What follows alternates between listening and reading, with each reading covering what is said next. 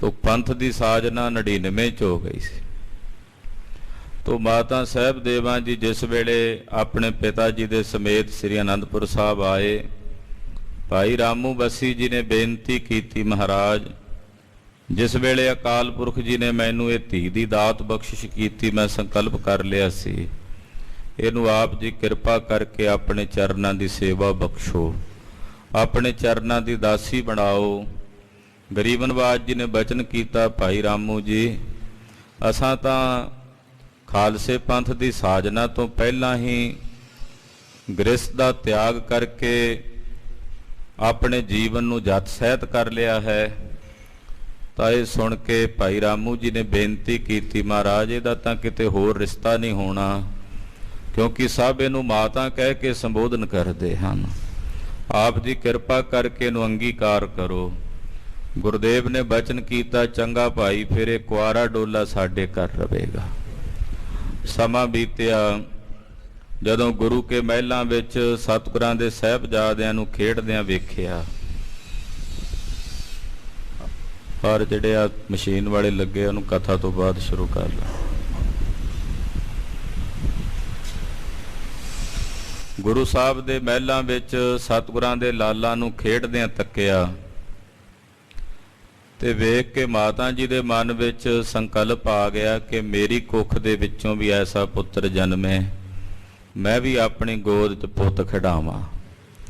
मन च फुरना करके कलगीधर जी नूं जदों माता जी ने बेनती की, गरीब नवाज साहब सच्चे पातशाह जी ने बचन किया, साहब देवां ये जिहड़े साडे 4 पुत्र हन, इन्हां ने कुछ समय लई लीला करनी इन्हां शरीरां च। ये मैं खालसे पंथ तो, क्योंकि खालसा पंथ मेरा पुत्र है, उन्हां दे सिर तो इन्हां 4 नूं कुर्बान कर देना है। तुहाडी गोद विच असीं अपना खालसा पंथ पाउने आ, ये तुहाडा पुत्र है, तुसीं खालसे पंथ दे माता माता साहब देवां जी सदाओगे। सत श्री अकाल। और ये पुत्र तुहाडा अनादि रहेगा, जुगां जुगांतरां तक रहेगा। माता जी ने 7 बचन कहा।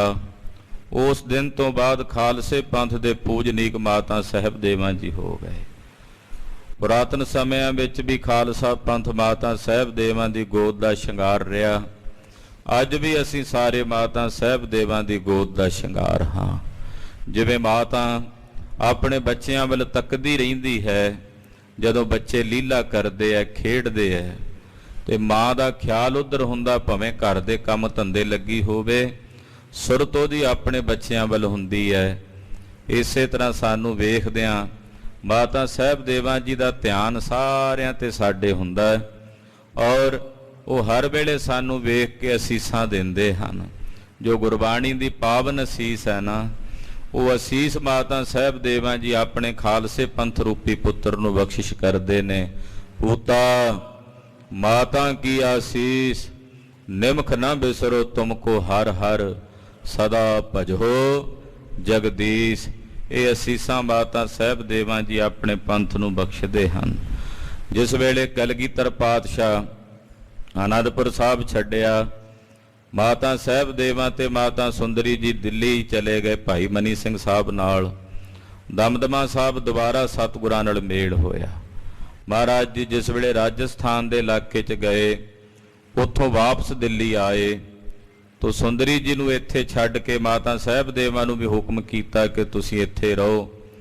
माता जी ने बेनती की, गरीब नवाज मैं आप जी के दर्शनां बिना नहीं रह सकती, आप दे दर्शनां बिना भोजन नहीं ग्रहण करती, मैनू अपने तो दूर ना करो साहब।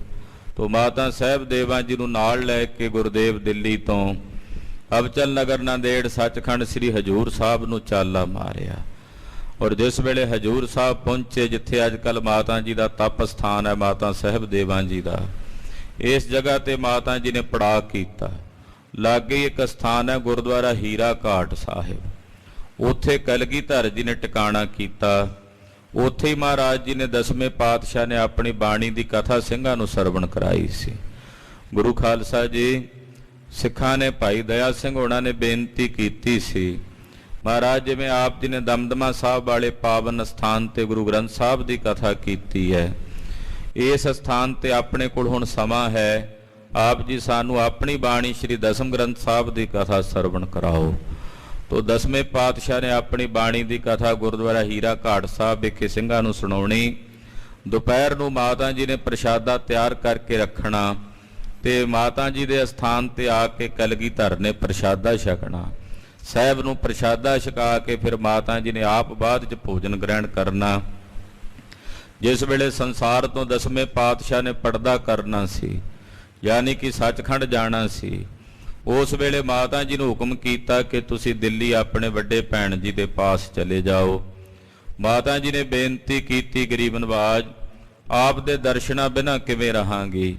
ਗੁਰਦੇਵ ਨੇ ਆਖਿਆ, ਸਾਡੇ ਵੱਡਿਆਂ ਸਤਿਗੁਰਾਂ ਦੇ 6ਵੇਂ ਪਾਤਸ਼ਾਹ ਦੇ 5 ਸ਼ਸਤਰ ਨੇ, ਇਹ ਸ਼ਸਤਰ ਸਤਕਾਰ ਸਾਹਿਤ ਲੈ ਜਾਓ। ਸੋਹਣਾ ਆਸਣ ਸਜਾ ਕੇ ਉੱਤੇ ਸ਼ਸਤਰਾਂ ਦੀ ਪੂਜਾ ਕਰਨੀ। ਅੰਮ੍ਰਿਤ ਵੇਲੇ ਜਦੋਂ ਇਹਨਾਂ ਸ਼ਸਤਰਾਂ ਦੇ ਦਰਸ਼ਨ ਕਰੋਗੇ ਤਾਂ ਇਹਨਾਂ ਸ਼ਸਤਰਾਂ ਦੇ ਦਰਸ਼ਨਾਂ ਚੋਂ ਤੁਹਾਨੂੰ ਸਾਡੇ ਦਰਸ਼ਨ ਹੋਇਆ ਕਰਨਗੇ।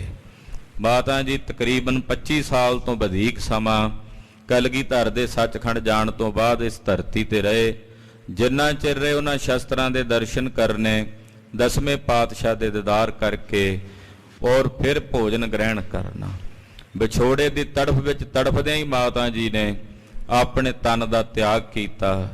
ਐਸੇ ਖਾਲਸੇ ਪੰਥ ਦੇ ਮਹਾਨ ਮਾਤਾ, ਜੇ ਖਾਲਸੇ ਪੰਥ ਵਿੱਚ ਕਲਗੀਧਰ ਜੀ ਵਰਤਦੇ ਆ ਨਾ, ਖਾਲਸੇ ਵਿੱਚ ਮਹਾਰਾਜ ਜੀ ਕਹਿੰਦੇ ਮੇਰਾ ਨਿਵਾਸ ਹੈ, ਤਾਂ ਖਾਲਸੇ ਵਿੱਚ ਮਾਤਾ ਸਾਹਿਬ ਦੇਵਾਂ ਜੀ ਵਰਤਦੇ ਨੇ, ਕਿਉਂਕਿ ਉਹ ਸਾਰੇ ਪੰਥ ਦੇ ਮਾਤਾ ਹਨ। ਜਦੋਂ ਕਲਗੀਧਰ ਪਾਤਸ਼ਾਹ ਦੀ ਖੰਡੇ ਦੀ ਪਹੁਲ ਛਕਾਈ ਜਾਂਦੀ ਪੰਜਾਂ ਵੱਲੋਂ, ਹੁਕਮ ਕਰਦੇ ਹਨ, ਅੱਜ ਤੋਂ ਬਾਅਦ ਤੁਹਾਡੇ ਪਿਤਾ ਸ੍ਰੀ ਗੁਰੂ ਗੋਬਿੰਦ ਸਿੰਘ ਸਾਹਿਬ ਹਨ ਔਰ ਤੁਹਾਡੇ ਮਾਤਾ ਸਾਹਿਬ ਦੇਵਾਂ ਜੀ ਹਨ। ਤੁਸੀਂ ਵਾਸੀ ਸ੍ਰੀ ਅਨੰਦਪੁਰ ਸਾਹਿਬ ਦੇ ਹੋ। ਮਾਤਾ ਜੀ ਵੀ ਖਾਲਸੇ ਪੰਥ ਵਿੱਚ ਵਰਤਦੇ ਹਨ।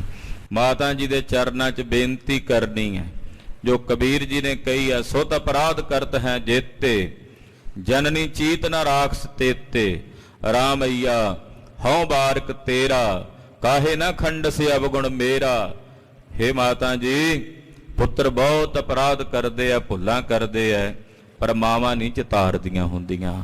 ਆਪ ਜੀ ਕਿਰਪਾ ਕਰਿਓ, ਸਾਡੀਆਂ ਭੁੱਲਾਂ ਸਾਡੇ ਗੁਨਾਹਾਂ ਨੂੰ ਨਾ ਚਿਤਾਰਦਿਆਂ ਹੋਇਆਂ ਕਿਰਪਾ ਕਰਕੇ ਸਾਡੇ ਪਰਦੇ ਕੱਜ ਕੇ ਰੱਖਿਓ। ਕਲਗੀਆਂ ਵਾਲੇ ਪਾਤਸ਼ਾਹ ਕੋਲ ਮਾਤਾ ਜੀ ਸਾਡੀ ਸਿਫਾਰਿਸ਼ ਕਰ ਦਿਓ ਕਿ ਸਾਡਾ ਜਨਮ ਤੇ ਮਰਨ ਕੱਟਿਆ ਜਾਵੇ, ਅਸੀਂ ਉਸ ਪਰਮ ਪਦਵੀ ਨੂੰ ਜਾ ਪਹੁੰਚੀਏ ਜਿੱਥੇ ਮਹਾਰਾਜ ਗੁਰੂ ਕਲਗੀਧਰ ਪਾਤਸ਼ਾਹ ਆਪਣੇ ਸਿੱਖ ਨੂੰ ਪਛਾਣਨਾ ਚਾਹੁੰਦੇ ਹਨ। ਮਾਤਾ ਜੀ ਦੇ ਪਵਿੱਤਰ ਆਗਮਨ ਦਿਹਾੜੇ ਦੀਆਂ, ਖਾਲਸੇ ਪੰਥ ਦੇ ਪੂਜਨੀਕ ਮਾਤਾ ਸਾਹਿਬ ਦੇਵਾਂ ਜੀ ਦੇ ਜਨਮ ਦਿਹਾੜੇ ਦੀਆਂ ਸਮੁੱਚੀਆਂ ਗੁਰੂ ਕੀਆਂ ਸਾਜੀਆਂ ਨਵਾਜੀਆਂ ਸੰਗਤਾਂ ਨੂੰ, ਸਮੁੱਚੇ ਗੁਰੂ ਖਾਲਸੇ ਪੰਥ ਨੂੰ ਲੱਖ ਲੱਖ ਵਧਾਈਆਂ ਹੋਵਣ।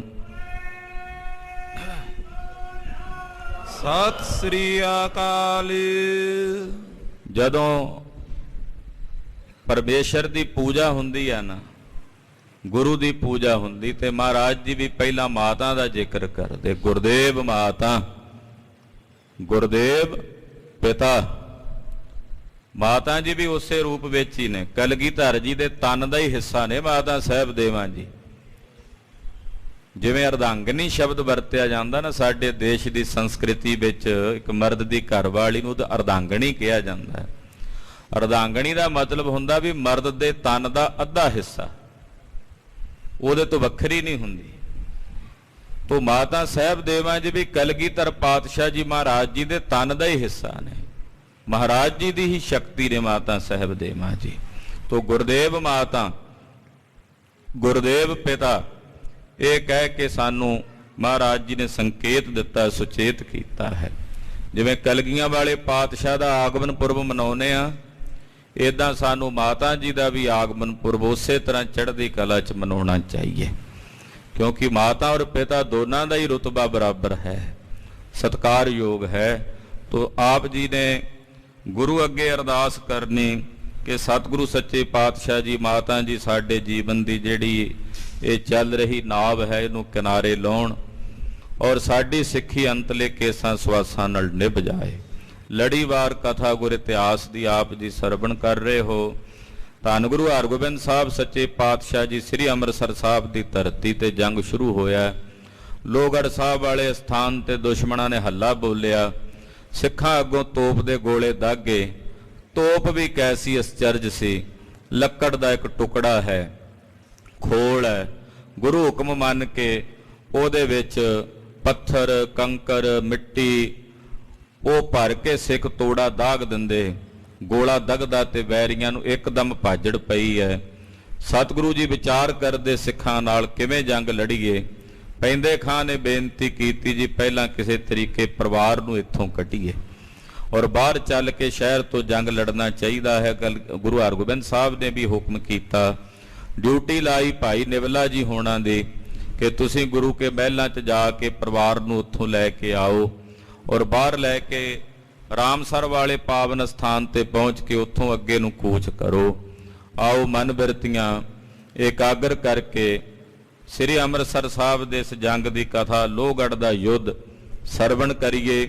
ਗੁਰੂ ਚਰਨਾਂ 'ਚ ਆਪਣੀਆਂ ਹਾਜ਼ਰੀਆਂ ਲਵਾਉਂਦਿਆਂ, ਰਸਨਾ ਨੂੰ ਪਵਿੱਤਰ ਕਰਦਿਆਂ ਸਮੂਹ ਮਾਈ ਭਾਈ ਆਖੋ ਜੀ ਸਤਨਾਮ। ਸ੍ਰੀ ਵਾਹਿਗੁਰੂ ਸਾਹਿਬ ਜੀ। ਸਤਨਾਮ। ਸ੍ਰੀ ਵਾਹਿਗੁਰੂ ਸਾਹਿਬ ਜੀ।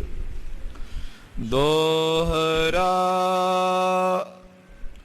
ਪਠ ਨਵਲੇ ਕੋ ਸਤਿਗੁਰੂ, ਸਭ ਕੋ ਬਾਕ ਸੁਨਾਏ। ਭਾਈ ਨਵਲਾ ਜੀ ਨੂੰ ਤਕਰੀਬਨ 100 ਸਿਪਾਹੀਆਂ ਦੇ ਜਥੇ ਨਾਲ ਮਹਾਰਾਜ ਜੀ ਨੇ ਮਹਿਲਾਂ 'ਚ ਭੇਜਿਆ ਕਿ ਤੁਸੀਂ ਪਰਿਵਾਰ ਨੂੰ, ਬੱਚਿਆਂ ਨੂੰ ਉੱਥੋਂ ਕੱਢ ਕੇ ਲੈ ਕੇ ਆਓ।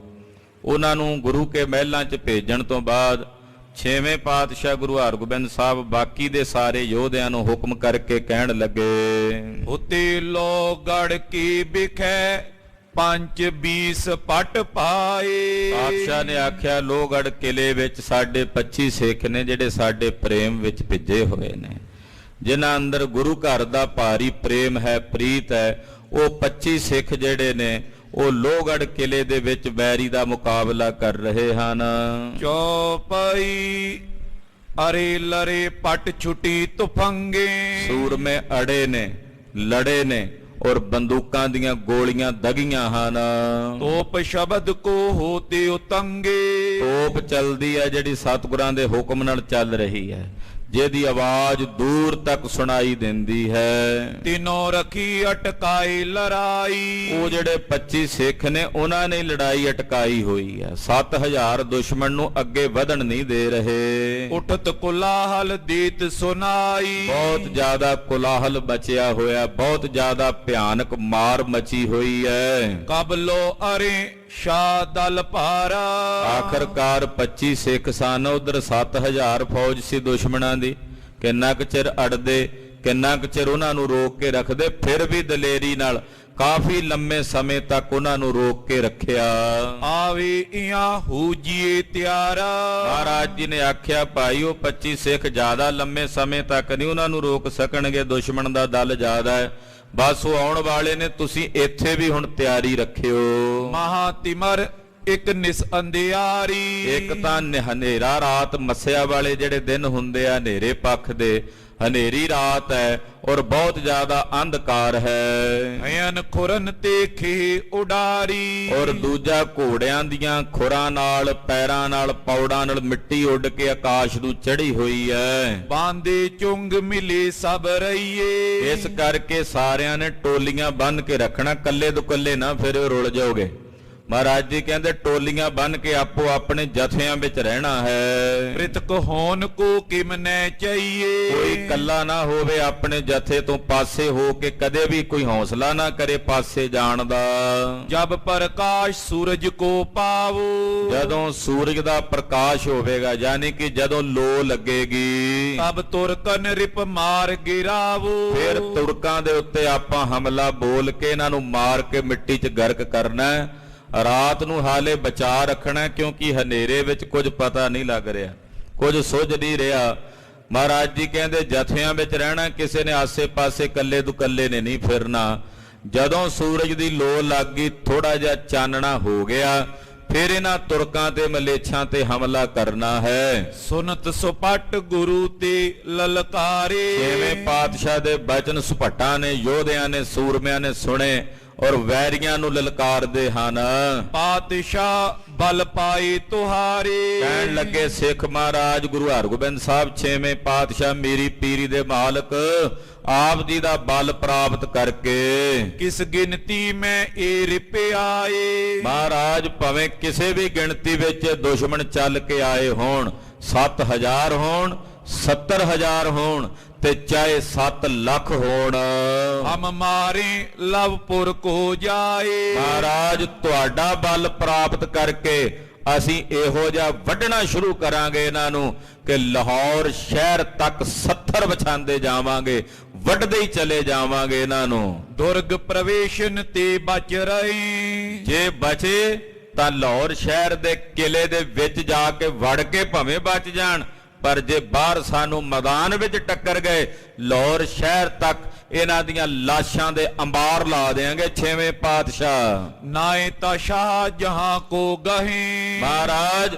ਆਪ ਜੀ ਦਾ ਬਲ ਚਾਹੀਦਾ, ਲਾਹੌਰ ਦੇ ਕਿਲੇ ਨੂੰ ਵੀ ਤੋੜਦਿਆਂ ਦੇਰੀ ਨਹੀਂ ਲਾਵਾਂਗੇ। ਖਾਲਸਾ ਜੀ, ਸਿੰਘ ਜਦੋਂ ਸਰੀਰ ਦੀ ਕਿਰਿਆ ਸੋਧਦੇ ਆ ਨਾ, ਪਿਸ਼ਾਬ ਕਰਦੇ ਆ ਤੇ ਪਿਸ਼ਾਬ ਕਰਨ ਨੂੰ ਕਹਿੰਦੇ ਆ ਗੜ ਤੋੜਨਾ। ਖਾਲਸੇ ਦੇ ਬੋਲੇ 'ਚ ਇਹ ਕਿਉਂ ਕਹਿੰਦੇ ਆ? ਕਹਿੰਦੇ ਜਿੰਨੇ ਚਿਰ 'ਚ ਗੜ ਤੋੜੀ ਪਿਸ਼ਾਬ ਕਰੀਦਾ ਇੰਨੇ ਚਿਰ 'ਚ ਗੁਰੂ ਕਾ ਖਾਲਸਾ ਕਿਲਾ ਫਤਿਹ ਕਰ ਲੈਂਦਾ, ਇੰਨਾ ਟਾਈਮ ਵੀ ਨਹੀਂ ਲੱਗਣ ਦਿੰਦਾ। ਮਹਾਰਾਜ ਬਾਦਸ਼ਾਹ ਸ਼ਾਹਜਹਾਨ ਨੂੰ ਜਾ ਕੇ ਪਕੜ ਕੇ ਲੈ ਆਵਾਂਗੇ ਕਿਲੇ 'ਚੋਂ, ਆਪ ਜੀ ਦਾ ਬਲ ਚਾਹੀਦਾ ਹੈ। ਜਬ ਚਮਕੇਂਗੇ ਖੜਗ ਕਰਾਲੇ। ਜਦੋਂ ਆਪ ਜੀ ਦੀਆਂ ਬਖਸ਼ੀਆਂ ਹੋਈਆਂ ਇਹ ਤੇਗਾਂ ਰਣ ਭੂਮੀ ਵਿੱਚ ਚਮਕਣਗੀਆਂ ਬਿਜਲੀ ਵਾਂਗੂ, ਤਬ ਦੇਖੋ ਹੋਏ ਜੰਗ ਬਿਸਾਲੇ। ਫਿਰ ਆਪ ਜੀ ਵੇਖਿਓ ਕਿ ਆਪ ਜੀ ਦੇ ਯੋਧੇ ਆਪ ਜੀ ਦਾ ਬਲ ਲੈ ਕੇ ਰਣ ਭੂਮੀ 'ਚ ਕਿਵੇਂ ਲੜਦੇ ਹਨ। ਉਨ ਸਤਿਗੁਰ ਸਿੱਖ ਅਪਰ ਪਠਾਵਾ। ਮਹਾਰਾਜ ਜੀ ਦੇ ਨਾਲ ਇਦਾਂ ਯੋਧਿਆਂ ਦੇ ਬਚਨ ਹੋ ਰਹੇ। ਛੇਵੇਂ ਪਾਤਸ਼ਾਹ ਨੇ ਆਪਣਾ ਇੱਕ ਸਿੱਖ ਹੋਰ ਭੇਜਿਆ। ਮੰਦਰ ਗਮਨੋ ਬਿਲਮ ਨ ਲਾਵਾ। ਕਹਿੰਦੇ ਛੇਤੀ ਜਾ ਕੇ ਮਹਿਲਾਂ 'ਚ ਵੇਖੋ ਕੀ ਤਿਆਰੀ ਹੋ ਰਹੀ, ਵੀ ਦੇਰੀ ਨਾ ਕਰਨ, ਛੇਤੀ ਨਾਲ ਮਹਿਲਾਂ 'ਚੋਂ ਨਿਕਲ ਚੱਲਣ। ਵਸਤ ਲੋਭ ਕੋ ਕਰੀਏ ਨਾਈ। ਕਹੋ ਜਾ ਕੇ ਸਾਡਿਆਂ ਮਹਿਲਾਂ ਨੂੰ ਵੀ ਵਸਤੂਆਂ ਦਾ ਲੋਭ ਨਾ ਕਰਨ, ਪਦਾਰਥ ਨਾ ਇਕੱਠੇ ਕਰਨ ਲੱਗ ਪੈਣ। ਪਰੀ ਰਹਿਣ ਦਿਓ ਸਭ ਕਰਮਾਈ। ਜਿਹੜੀ ਕੋਈ ਵਸਤੂ ਘਰ 'ਚ ਪਈ ਆ ਉੱਥੇ ਹੀ ਪਈ ਰਹਿਣ ਦਿਓ। ਕਰੋ ਸ਼ੀਗਰਤਾ ਵਹਿਰ ਲਿਜਾਓ। ਔਰ ਸ਼ੀਗਰਤਾਈ ਨਾਲ ਸਾਰੇ ਪਰਿਵਾਰ ਨੂੰ ਗੁਰੂ ਕੇ ਮਹਿਲਾਂ 'ਚੋਂ ਕੱਢ ਕੇ ਬਾਹਰ ਲੈ ਜਾਓ। ਪੰਥ ਰਾਮ ਸਰ ਕੇਰ ਸਿਧਾਵੋ। ਗੁਰਦੁਆਰਾ ਰਾਮਸਰ ਸਾਹਿਬ ਵਾਲੇ ਪਾਸੇ ਜਿਹੜਾ ਰਸਤਾ ਜਾਂਦਾ ਹੈ ਉਸ ਰਸਤੇ ਤੇ ਚੱਲ ਕੇ ਰਾਮਸਰ ਸਾਹਿਬ ਵਾਲੀ ਜਗ੍ਹਾ ਤੇ ਪਹੁੰਚ ਜਾਣ ਸਾਰੇ। ਆਗੇ ਪਾਛੇ ਸੁਪੱਟ ਰਹੀ ਜੇ। ਪਰਿਵਾਰ ਵਿੱਚ ਰੱਖਣਾ, ਪਿੱਛੇ ਵੀ ਸੂਰਮੇ ਰਹਿਣ ਤੇ ਅੱਗੇ ਵੀ, ਕਿਉਂਕਿ ਹਮਲਾ ਕਦੇ ਵੀ ਰਾਤ ਦਾ ਹਨੇਰਾ ਕਿਆ ਜਾਣੀਏ ਦੁਸ਼ਮਣ ਦੀ ਕੋਈ ਟੁਕੜੀ ਅੰਦਰ ਆ ਜੇ ਸ਼ਹਿਰ 'ਚ। ਇਸ ਕਰਕੇ ਮਹਾਰਾਜ ਜੀ ਸੁਚੇਤ ਕਰਦੇ ਕਿ ਪਰਿਵਾਰ ਦੇ ਅੱਗੇ ਵੀ ਸੂਰਮੇ ਰਹਿਣ ਤੇ ਪਿੱਛੇ ਵੀ ਸੂਰਮੇ ਰਹਿ ਕੇ ਰਾਮਸਰ ਤੱਕ ਲੈ ਕੇ ਆਉਣ। ਵਿੱਚ ਕੁਟੰਬ ਸਗਰੋ ਲੈ ਲੀਜੇ। ਔਰ ਪਰਿਵਾਰ ਨੂੰ ਆਪਣੇ ਵਿਚਕਾਰ ਰੱਖ ਕੇ ਲੈ ਕੇ ਆਉਣਾ ਹੈ। ਪ੍ਰਥਮ ਨਾ ਤੁਪਕ ਚਲਾਵੋ ਕੋਈ। ਪਹਿਲਾਂ ਕਿਸੇ ਨੇ ਬੰਦੂਕ ਨਹੀਂ ਚਲਾਣੀ, ਕਿਉਂਕਿ ਜੇ ਗੋਲੀ ਚਲਾਓਗੇ ਤਾਂ ਆਲੇ ਦੁਆਲੇ ਦੁਸ਼ਮਣ ਸੁਣ ਕੇ ਭੱਜ ਕੇ ਆਉਣਗੇ ਵੀ ਇੱਥੇ ਫਿਰਦੇ ਐ। ਇਸ ਕਰਕੇ ਚੁੱਪ ਚਪੀਤੇ ਹੀ ਆਉਣਾ, ਪਹਿਲਾਂ ਕਿਸੇ ਨੇ ਗੋਲੀ ਨਹੀਂ ਚਲਾਉਣੀ। ਗਮਨੋ ਸ਼ਬਦ ਜਥਾ ਨਹਿ ਹੋਈ। ਇਸ ਢੰਗ ਨਾਲ ਜਾਇਓ ਮਲਕਲੀ ਜੀ ਕਿ ਤੁਹਾਡੇ ਘੋੜਿਆਂ ਦੀ ਵੀ ਆਵਾਜ਼ ਨਾ ਆਵੇ। ਗਇਓ ਸਿੱਖ ਉਤਲਾਵ ਤੇ ਮੰਦਰ। ਮਹਾਰਾਜ ਜੀ ਦਾ ਬਚਨ ਸੁਣ ਕੇ ਉਹ ਸਿੱਖ ਛੇਤੀ ਨਾਲ ਮਹਾਰਾਜ ਜੀ ਦੇ ਮਹਿਲਾਂ 'ਚ ਗਿਆ। ਤਿਆਰੀ ਕਰਤ ਸਕਲ ਹੀ ਅੰਦਰ। ਅੱਗੇ ਮਾਤਾ ਜੀ ਹੋਣੀ ਤਿਆਰੀ ਕਰ ਰਹੇ ਸਨ ਚੱਲਣ ਦੀ। ਇੱਕ ਸਿੱਖ ਕੋਲਾ ਕੇਰ ਅਗਾਰਾ। ਇੱਕ ਸਿੱਖ ਮਾਤਾ ਕੌਲਾਂ ਜੀ ਦੇ ਕੋਲ ਵੀ ਭੇਜ ਦਿੱਤਾ। ਭੇਜਿਓ ਸਤਿਗੁਰ ਲਿਆਵਨ ਵਾਰਾ। ਮਹਾਰਾਜ ਜੀ ਨੇ ਭੇਜਿਆ ਵੀ ਕੌਲਾਂ ਜੀ ਨੂੰ ਵੀ ਲੈ ਆਓ ਇਸੇ ਜਗ੍ਹਾ ਤੇ। ਜਾਏ ਗੁਰੂ ਕੇ ਬਾਤ ਸੁਨਾਏ। ਸਤਿਗੁਰੂ ਜੀ ਦੇ ਬਚਨ ਜਾ ਕੇ ਕੌਲਾਂ ਜੀ ਨੂੰ ਸਿੱਖ ਨੇ ਸੁਣਾਏ। ਲੋਭ ਨ ਕਰੋ ਵਸਤ ਸਮੁਦਾਏ। ਆਖਿਆ ਬੀਬੀ ਜੀ ਆਪ ਜੀ ਲੋਭ ਨਾ ਕਰਿਓ ਕਿਸੇ ਵਸਤੂ ਦਾ, ਇਹ ਸਭ ਕੁਝ ਇੱਥੇ ਪਿਆ ਰਹਿਣ ਦਿਓ ਤੇ ਆਪਣੀ ਜਾਨ ਬਚਾ ਕੇ ਇੱਥੋਂ ਚੱਲੋ। ਸਭ ਤਜ ਨਿਕਸੋ ਬਿਲਮ ਨ ਕੀਜੇ। ਸਭ ਕੁਝ ਇੱਥੇ ਰਹਿਣ ਦਿਓ ਧਰਿਆ ਧਰਾਇਆ, ਔਰ ਬਿਨਾਂ ਦੇਰੀ ਤੋਂ ਇੱਥੋਂ ਨਿਕਲੋ ਤੇ ਰਾਮਸਰ ਸਾਹਿਬ ਵਾਲੀ ਜਗ੍ਹਾ ਤੇ ਚੱਲਣਾ ਹੈ। ਸੈਨ ਸਮੀਪ ਆਈ ਲਖ ਲੀਜੇ। ਕਿਉਂਕਿ ਦੁਸ਼ਮਣਾਂ ਦੀ ਸੈਨਾ ਤਕਰੀਬਨ ਨੇੜੇ ਹੀ ਪਹੁੰਚ ਗਈ ਹੈ, ਲੋਹਗੜ੍ਹ ਸਾਹਿਬ ਤੋਂ ਅੱਗੇ ਵਧਣ ਵਾਲੀ ਹੈ। ਸਿਅੰਦਨ ਅਰ ਡੋਰੇ ਗਨ ਆਏ। ਜਿੰਨੇ ਰੱਥ ਡੋਲੇ ਚਾਹੀਦੇ ਸਾਨੂੰ ਸਾਰੇ ਆ ਗਏ ਨੇ। ਕਹਿ ਬਹੁ ਬਾਰੀ ਤੁਰਤ ਚੜਾਏ। ਇਹ ਤਾਂ ਬਾਰ-ਬਾਰ ਕਹਿ ਕੇ ਕੌਲਾਂ ਜੀ ਨੂੰ ਪਹਿਲਾਂ ਪਾਲਕੀ 'ਚ ਬਿਠਾ ਕੇ ਡੋਲੇ 'ਚ ਲੈ ਕੇ ਗਏ, ਫਿਰ ਮਾਤਾਵਾਂ ਨੂੰ ਦੂਜੀਆਂ ਨੂੰ ਲੈ ਕੇ ਗਏ। ਅਤ ਦਮੋਦਰੀ ਦੁਖੀ ਵਿਚਾਰੀ। ਮਾਤਾ ਦਮੋਦਰੀ ਜੀ ਬਹੁਤ ਦੁਖੀ ਨੇ। ਧੀ ਰਾਣੀ ਦੀ ਸ਼ਾਦੀ ਸੀ, ਕੱਲ ਬਰਾਤ ਦਾ ਟੁਕਾਓ ਹੋਣਾ ਸੀ। ਇਹ ਕੀ ਖੇਡ ਵਰਤ ਗਈ ਸਮਝ ਨਹੀਂ ਪਈ ਆਉਂਦੀ। ਮਾਤਾ ਦਮੋਦਰੀ ਜੀ ਬਹੁਤ ਦੁਖੀ ਹਨ। ਪੁੱਤਰੀ ਵਿਆਹ ਬਿਗਨ ਪਾਪਾਰੀ। ਧੀ ਦਾ ਵਿਆਹ ਹੈ, ਕਿੱਡਾ ਵੱਡਾ ਵਿਘਨ ਆਣ ਪਿਆ ਹੈ। ਬਰਾਤ ਦਾ ਕੱਲ ਟੁਕਾਓ ਹੋਣਾ ਸੀ, ਵਿਆਹ ਹੋਣਾ ਸੀ, ਕਿਵੇਂ ਹੋਏਗਾ ਹੁਣ ਇਹ ਸਾਰਾ ਕੁਝ? ਇਹ ਸਾਰਾ ਬਹੁਤ ਵੱਡਾ ਭਾਰੀ ਨੁਕਸਾਨ ਹੋਇਆ। ਕੌਣ ਕੌਣ ਵਤ ਚਿਤਵਤ ਖਰੀ। ਕਿਹੜੀ ਕਿਹੜੀ ਚੀਜ਼ ਨੂੰ ਲੈ ਚੱਲਾਂ ਮਾਤਾ ਜੀ ਸੋਚੀ ਜਾਂਦੇ ਵੀ ਵਿਆਹ ਵਾਸਤੇ ਆ ਵੀ ਚੀਜ਼ ਚਾਹੀਦੀ ਸੀ, ਇਹ ਵੀ ਚਾਹੀਦੀ ਸੀ, ਜੋੜ ਜੋੜ ਕੇ ਰੱਖਿਆ ਸੀ ਸਾਰਾ ਕੁਝ। ਤੂੰ ਮਾਤਾ ਜੀ ਸੋਚੀ ਜਾਣ ਵੀ ਕਿਹੜੀ ਲੈ ਕੇ ਜਾਵਾਂ ਤੇ ਕਿਹੜੀ ਛੱਡ ਕੇ ਜਾਵਾਂ। ਤਰਾਸਤ ਸਗਰੀ ਤਿਆਗਨ ਕਰੀ। ਪਰ ਸਿੱਖਾਂ ਨੇ ਇੰਨੀ ਕਾਹਲ ਪਾਈ ਵੀ ਮਾਤਾ ਜੀ ਹੁਣ ਰਹਿਣ ਦੋ ਸਾਰਾ ਕੁਝ ਇੱਥੇ। ਹੁਣ ਮਾਤਾ ਜੀ ਨੇ ਵੀ ਵੇਖਿਆ ਕਿ ਬਾਰ-ਬਾਰ ਸਿੱਖ ਕਹਿੰਦੇ ਸਾਰਾ ਕੁਝ ਹੀ ਉੱਥੇ ਹੀ ਰਹਿ ਗਿਆ, ਛੱਡ ਦਿੱਤਾ। ਸੁਪਟਨ ਸਾਹਿਬ ਜਾਦੇ ਲੀਨ। ਸਤਿਗੁਰੂ ਜੀ ਦੇ ਸਾਹਿਬਜ਼ਾਦਿਆਂ ਨੂੰ ਸੂਰਮਿਆਂ ਨੇ ਨਾਲ ਲਿਆ। ਸੰਗ ਤੁਰੰਗ ਅਰੂੜਨ ਕੀਨ। ਔਰ ਘੋੜਿਆਂ ਤੇ ਨਾਲ ਸਵਾਰ ਹੋ ਕੇ ਚੱਲ ਪਏ। ਭਰਿਓ ਸਦਨ ਸਭ ਵਸਤੂ ਕੇਰਾ। ਮਹਾਰਾਜ ਜੀ ਦਾ ਘਰ ਵਸਤੂਆਂ ਨਾਲ ਭਰਿਆ ਪਿਆ, ਉਸੇ ਤਰ੍ਹਾਂ ਖਾਲੀ ਭਰਿਆ ਹੋਇਆ ਹੀ ਛੱਡ ਦਿੱਤਾ। ਪਰ ਕਹਿ ਤਿਆਗ ਚਲੇ ਬਿਨ ਦੇਰਾ। ਬਿਨਾਂ ਦੇਰੀ ਤੋਂ ਸਭ ਕੁਝ ਭਰਿਆ ਭਰਾਇਆ ਛੱਡ ਕੇ, ਸਾਰਾ ਰਾਜ ਸਾਜ ਪਿਆ ਘਰ ਦਾ ਸਭ ਕੁਝ ਛੱਡ ਕੇ ਚੱਲ ਪਏ। ਜਬ ਦਮੋਦਰੀ ਸਿਯੰਦਨ ਚਰੀ। ਜਦੋਂ ਮਾਤਾ ਦਮੋਦਰੀ ਜੀ ਰੱਥ ਤੇ ਸਵਾਰ ਹੋਏ, ਮਰਵਾਈ ਸਿਯੰਦਨ ਬਿਤ ਥੇਰੀ। ਲਾਗੇ ਦੂਸਰੀ ਰੱਥ ਦੇ ਉੱਤੇ ਮਾਤਾ ਮਰਵਾਈ ਜੀ ਸਵਾਰ ਹੋ ਗਏ। ਨਾਨਕੀ ਤੇਗ ਬਹਾਦਰ ਲੀਨੇ। ਮਾਤਾ ਨਾਨਕੀ ਜੀ ਨੇ ਧੰਨ ਗੁਰੂ ਤੇਗ ਬਹਾਦਰ ਸਾਹਿਬ ਵਾਲੇ ਉਮਰ ਕਰਕੇ ਛੋਟੇ ਹੀ ਸਨ, ਉਹਨਾਂ ਨੂੰ ਛੇਤੀ ਨਾਲ ਗੋਦੀ ਚੁੱਕਿਆ ਤੇ ਲੈ ਕੇ ਚੱਲ ਪਏ। ਚੜ ਡੋਰੇ ਪਰ ਚਲ ਬੇਕੀਨੇ। ਉਹ ਡੋਲੇ 'ਚ ਸਵਾਰ ਹੋ ਗਏ ਮਾਤਾ ਨਾਨਕੀ ਜੀ ਤੇ ਚੱਲ ਪਏ। ਦਾਸੀ ਦਾਸਨ ਕੇ ਸਮੁਦਾਈ। ਬਾਕੀ ਜਿੰਨੀਆਂ ਦਾਸੀਆਂ ਦਾਸ ਸਨ ਉਹਨਾਂ ਦਾ ਸਮੁਦਾਇ ਹੈ ਉਹ ਵੀ ਨਾਲ ਚੱਲ ਪਿਆ। ਚਲੇ ਸੰਗ ਨੇ ਬਿਲਮ ਲਗਾਈ। ਕਿਸੇ ਦੇਰੀ ਨਹੀਂ ਲਾਈ, ਸਭ ਤਿਆਰ ਹੋ ਕੇ ਨਾਲ ਦੀ ਨਾਲ ਹੀ ਚੱਲ ਪਏ। ਰਾਤ ਅੰਧੇਰੀ ਪੰਥ ਨ ਸੂਝਤ। ਹਨੇਰੀ ਰਾਤ ਹੈ ਤੇ ਰਸਤਾ ਨਹੀਂ ਸੁਝਦਾ, ਨਜ਼ਰ ਨਹੀਂ ਆਉਂਦਾ। ਗਮਨਤ ਰਾਮ ਤਾਲ ਮਗ ਬੂਜਤ। ਔਰ ਇੱਥੋਂ ਤੱਕ ਵੀ ਰਾਮਸਰ ਸਰੋਵਰ ਦਾ ਜਿਹੜਾ ਰਸਤਾ ਉਹ ਵੀ ਪੁੱਛ ਕੇ ਜਾ ਰਹੇ ਨੇ। ਹਨੇਰੇ 'ਚ ਪਤਾ ਨਹੀਂ ਲੱਗ ਰਿਹਾ, ਇੱਕ ਹਫੜਾ ਦਫੜੀ ਪਈ ਹੋਈ ਹੈ ਤੇ ਪੁੱਛਦਿਆਂ ਜਾ ਰਹੇ ਨੇ। ਆਪਸ ਵਿੱਚ ਇਤ ਉਤ ਹੋਏ ਚਾਲੇ। ਆਪਸ ਵਿੱਚ ਇੱਕ ਦੂਜੇ ਦੇ ਨਾਲ ਗੱਲਬਾਤ ਕਰਦਿਆਂ ਕਹਿੰਦੇ ਆਪਾਂ ਸਹੀ ਜਾ ਰਹੇ ਹਾਂ, ਕਿਤੇ ਗਲਤ ਤਾਂ ਨਹੀਂ ਤੁਰੇ ਜਾਂਦੇ, ਏਦਾਂ ਜਾ ਰਹੇ ਨੇ। ਸੰਗ ਨੇ ਬ੍ਰਿਛ ਖਰੇ ਬਹੁ ਡਾਲੇ। ਕਿਉਂਕਿ ਖਾਲਸਾ ਜੀ ਉਦੋਂ ਇੱਧਰ ਬਾਬਾ ਟਲ ਰਾਏ ਜੀ ਸਾਹਿਬ ਵੱਲ ਜਿੱਥੇ ਉਹਨਾਂ ਦਾ ਸਮਾਧਾ ਹੈ, ਰਾਮਸਰ ਸਾਹਿਬ ਵਾਲੀ ਜਗ੍ਹਾ ਹੈ, ਬਵੇਕਸਰ ਸਾਹਿਬ ਵਾਲਾ ਸਥਾਨ, ਇੱਧਰ ਜੰਗਲ ਹੀ ਹੁੰਦਾ ਸੀ, ਸੰਘਣੇ ਦਰਖਤ ਸਨ। ਇਸ ਕਰਕੇ ਰਾਹ ਲੱਭਣਾ ਰਾਤ ਨੂੰ ਔਖਾ ਵੀ ਲੱਗ ਰਿਹਾ ਸੀ ਤੇ ਬਹੁਤ ਸੰਘਣੇ ਬ੍ਰਿਛ ਹਨ। ਚਲਬੇ ਕੋ ਮਗ ਬਡੋ ਨ ਜਹਾਂ। ਕਹਿੰਦੇ ਰਸਤਾ ਵੀ ਬਹੁਤਾ ਖੁੱਲਾ ਨਹੀਂ ਸੀ ਲੰਘਣ ਲਈ ਤੇ ਬਹੁਤ ਜ਼ਿਆਦਾ ਸੰਘਣੇ ਦਰਖਤ ਹਨ। ਨੀਠ ਨੀਠ ਗਮਨਤ ਪੇਤਾ। ਏਦਾਂ ਸਹਿਜੇ ਉੱਥੋਂ ਲੰਘਦੇ ਆਏ। ਜਾਏ ਰਾਮ ਸਰ ਪਰ ਥਿਰ ਹੋਏ। ਔਰ ਰਾਮਸਰ ਸਰੋਵਰ ਦੇ ਕੰਢੇ ਤੇ ਆ ਕੇ ਸਾਰੇ ਪਰਿਵਾਰ ਦੇ ਜਿੰਨੇ ਜੀ ਸਨ ਉਹ ਆ ਕੇ ਇਕੱਠੇ ਹੋ ਕੇ ਖਲੋ ਗਏ। ਸੁਪਟ ਸੁਚੇਤ ਵੀਰ ਰਸ ਭੋਏ। ਔਰ ਪਰਿਵਾਰ ਦੀ ਰਾਖੀ ਲਈ ਜਿਹੜੇ ਸੂਰਮੇ ਸਨ ਤਿਆਰ ਬਰ ਤਿਆਰ ਹੋ ਕੇ ਸੰਦਬੱਧ ਸ਼ਸਤਰ ਹੋ ਧਾਰੀ ਹੋ ਕੇ ਖੜੇ ਨੇ। ਉਤਕੋਲਾ ਆ ਮਿਲਬੋ ਕੀਨ। ਇਹਨੇ ਨੂੰ ਮਾਤਾ ਕੌਲਾਂ ਜੀ ਦਾ ਡੋਲਾ ਵੀ ਆ ਗਿਆ, ਉਹ ਵੀ ਆਣ ਮਿਲੇ ਹਨ। ਗੁਰ ਪਰਵਾਰੇ ਸੰਗ ਪ੍ਰਬੀਨ। ਔਰ ਸਤਿਗੁਰਾਂ ਦਾ ਸਾਰਾ ਪਰਿਵਾਰ ਉੱਥੇ ਹੀ ਆ, ਉੱਥੇ ਹੀ ਮਾਤਾ ਕੌਲਾਂ ਜੀ ਪਹੁੰਚੇ। ਸ਼੍ਰੀ ਹਰਿਗੋਬਿੰਦ ਢਿਗ ਸੁਧਿਆਈ। ਗੁਰੂ ਹਰਗੋਬਿੰਦ ਸਾਹਿਬ ਨੂੰ ਖਬਰ ਹੋਈ ਕਿ ਪਰਿਵਾਰ ਰਾਮਸਰ ਤੀਰਥ ਤੇ ਪਹੁੰਚ ਗਿਆ ਹੈ। ਕਰੀ ਸ਼ਿਗਰਈ ਆਪਨ ਚੜਾਈ। ਮਹਾਰਾਜ ਜੀ ਛੇਤੀ ਨਾਲ ਪਰਿਵਾਰ ਤੱਕ ਪਹੁੰਚੇ ਘੋੜੇ ਤੇ ਸਵਾਰ ਹੋ ਕੇ। ਪ੍ਰਥਮ ਅਕਾਲ ਤਖਤ ਕੇ ਤਾਈ। ਔਰ ਪਾਤਸ਼ਾਹ ਪਹਿਲਾਂ ਸ੍ਰੀ ਅਕਾਲ ਤਖਤ ਸਾਹਿਬ ਤੇ ਆਏ 6ਵੇਂ। ਪਤਾ ਲੱਗਾ ਵੀ ਪਰਿਵਾਰ ਨੂੰ ਲੈ ਗਏ ਆ, ਰਾਮਸਰ ਤੀਰਥ ਤੇ ਪਹੁੰਚ ਗਏ ਆ। ਤੋ ਫਿਰ 6ਵੇਂ ਪਾਤਸ਼ਾਹ ਜੀ ਆਏ, ਚੜ੍ਹਾਈ ਕੀਤੀ, ਪਹਿਲਾਂ ਸ੍ਰੀ ਅਕਾਲ ਤਖਤ ਸਾਹਿਬ ਪਹੁੰਚੇ ਹਨ ਹਿਆ ਅਰੂੜੇ ਗਰੀਵ ਨਿਵਾਈ ਔਰ ਘੋੜੇ ਤੇ ਚੜੇ ਚੜਾਇਆ ਹੀ ਮੱਥਾ ਟੇਕਿਆ। ਔਰ ਦਰਸ਼ਨੀ ਬੰਦਨ ਕੀ ਫਿਰ ਦਰਸ਼ਨੀ ਡਿਉੜੀ ਦੇ ਸਨਮੁਖ ਸੀਸ ਝੁਕਾ ਕੇ ਨਮਸਕਾਰ ਕੀਤੀ ਹਰਿਮੰਦਰ ਸਾਹਿਬ ਵੱਲ। ਚਲੇ ਪ੍ਰਦਚਨਾ ਦਿਸ਼ਾ ਪ੍ਰਬੀਨ ਘੋੜੇ ਤੇ ਚੜਿਆ ਚੜਾਇਆ ਕਿਉਂਕਿ ਖਾਲੀ ਥਾਂ ਸੀ, ਆਲੇ ਦੁਆਲੇ ਖੁੱਲਾ ਥਾਂ ਸੀ।